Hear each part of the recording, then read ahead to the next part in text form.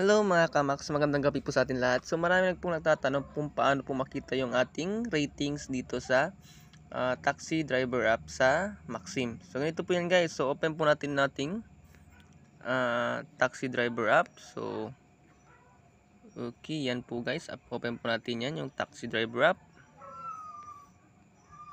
And then wait lang po natin mag-loading.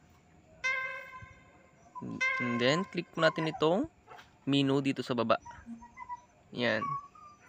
Click po natin yung menu. Then, click po natin dito sa show profile. Then, yan. Wait lang po natin mag-loading. So, yan guys. Makikita nyo po yung ratings dito. Ayan. Click po natin yan. And then, ayan po siya guys. Ito po yung ratings natin. Ayan. So, 0.99 po siya. Yan po ang pinakamataas. At, nasa priority po ako. Priority po ako sa Maxim. Ayan. Kasi nakabili po ako ng jacket, helmet, and then yung bag po nila na required po para maging priority sa Maxim dito sa Zamboanga. So ayan guys.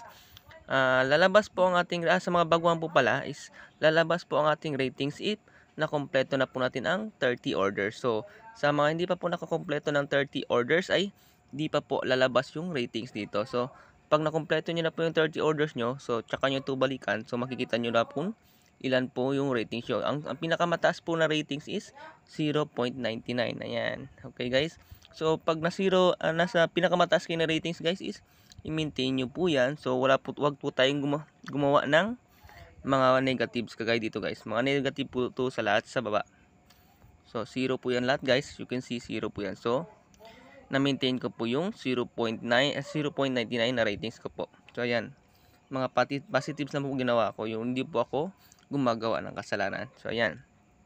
Okay guys. So, sana po na-clear po natin at nakita po natin paano po malaman yung ating ratings sa taxi driver app. So, yun lamang guys. So, sa mga bago po lang po sa YouTube channel ko, please click po subscribe at hit yung notification bell para laging updated sa mga bago kong upload na videos. Maraming salamat.